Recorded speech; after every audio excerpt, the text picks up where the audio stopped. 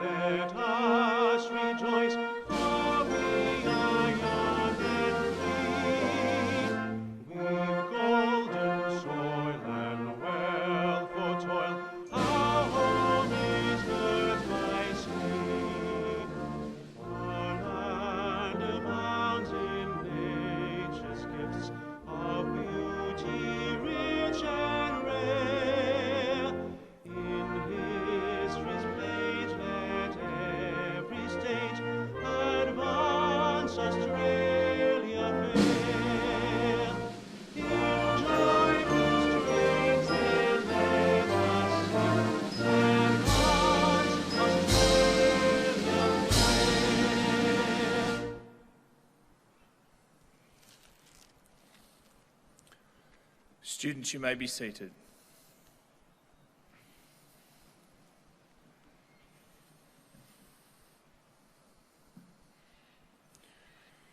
The Australian War Memorial was the vision of Charles Bean, Australia's first World War official historian. Bean landed with the Australian troops on Gallipoli and stayed with them at the front through to the end of the war. The idea of this national memorial and museum came to him at Pozières, France, in the depths of the bloody fighting of 1916. Bean's idea was that this would be a place where families and friends could mourn loved ones buried in faraway places. It would also be a place that could help all Australians understand what these men and women had endured and what they had done for us. Bean's vision, to which we remain true, is best expressed as inscribed in the entrance to the memorial's galleries. Here is their spirit in the heart of the land they loved, and here we guard the record which they themselves made.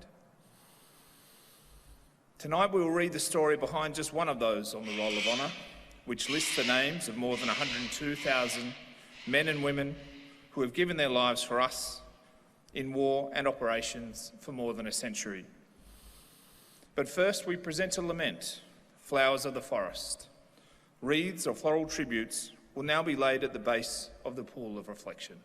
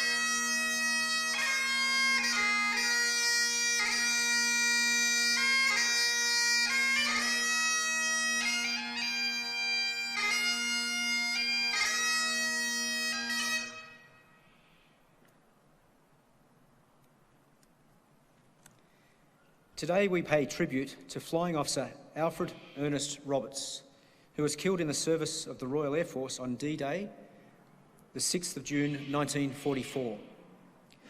Born in Collingwood, Melbourne, on the 25th of May 1918, Alfred Ernest Roberts was the son of Alfred and Georgina Roberts. Before his enlistment in the Royal Australian Air Force on the 10th of October 1941, Roberts worked as a clerk in the Melbourne suburb of Clifton Hill. He had also served in the local militia. After training as a pilot at the No. 5 Service Flying Training School at Uranquinty, New South Wales, Roberts embarked in Melbourne for overseas service in November 1942. As part of the Empire Air Training Scheme, he was one of almost 16,000 Royal Australian Air Force pilots, navigators, wireless operators, gunners and engineers who, throughout the course of the war, joined the Royal Air Force squadrons in Britain. After further training in Britain, he was posted in September 1943 to No. 164 Squadron, Royal Air Force. At the time that Roberts joined the squadron, it was equipped with the Hawker Hurricane, soon to be replaced by the ground attack fighter bomber, the Hawker Typhoon. D-Day has become an iconic event, not only in the history of the Second World War, but the history of the Western world. On this tumultuous day, a multinational Allied force landed on the shores of Normandy. It was the first major step in the liberation of Western Europe from the tyranny of Nazism and fascism. Roberts' squadron supported the landings by conducting patrols over enemy territory in order to harass, delay or destroy German convoys and tanks heading towards the landing zones. While performing such an operation, in the early evening, Roberts' Typhoon was brought down near the village of Freneville, south of Caen. After attacking a German convoy, his aircraft was damaged by ground fire and then came under attack from a group of German Focke-Wulf 190 fighter aircraft. Attending the crash scene, the mayor of the village recovered Roberts' body and his remains were buried in the Freneville Churchyard Cemetery. Alfred Roberts was 26 years old.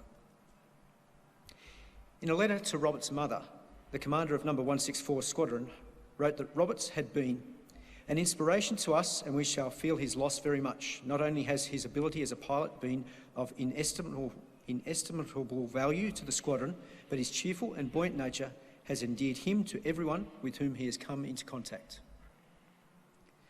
Roberts was one of thousands of Australians who served within the British and Commonwealth forces on D-Day and throughout the Normandy campaign. On this day of days, Alfred Ernest Roberts made the ultimate sacrifice.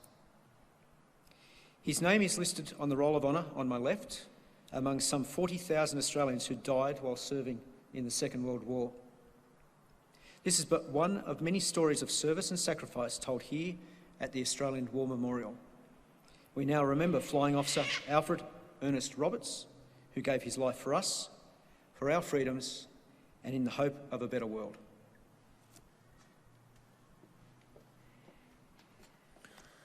Please stand for the reading of the Ode and the sounding of the last post.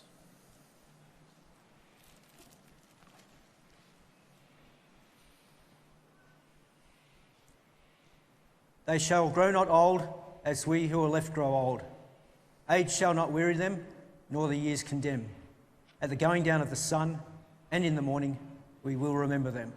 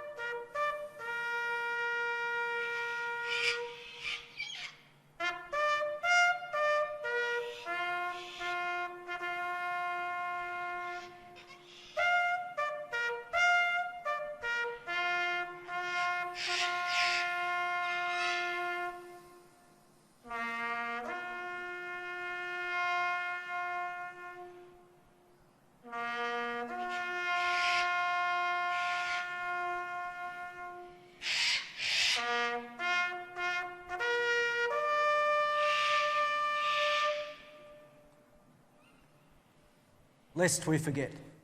Lest we forget.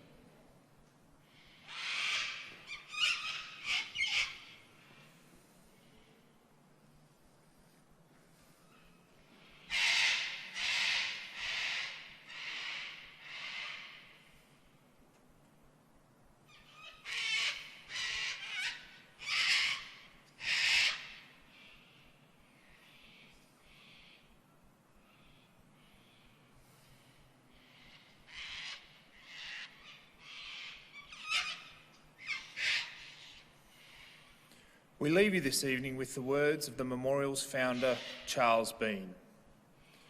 Many a man lying out there at Pozières or in the low scrub at Gallipoli, with his poor, tired senses barely working through the fever of his brain, has thought in his last moments, well, it's over. But in Australia, they will be proud of this. Ladies and gentlemen, that concludes the last post ceremony. We thank you for visiting the Australian War Memorial and wish you all a very good evening.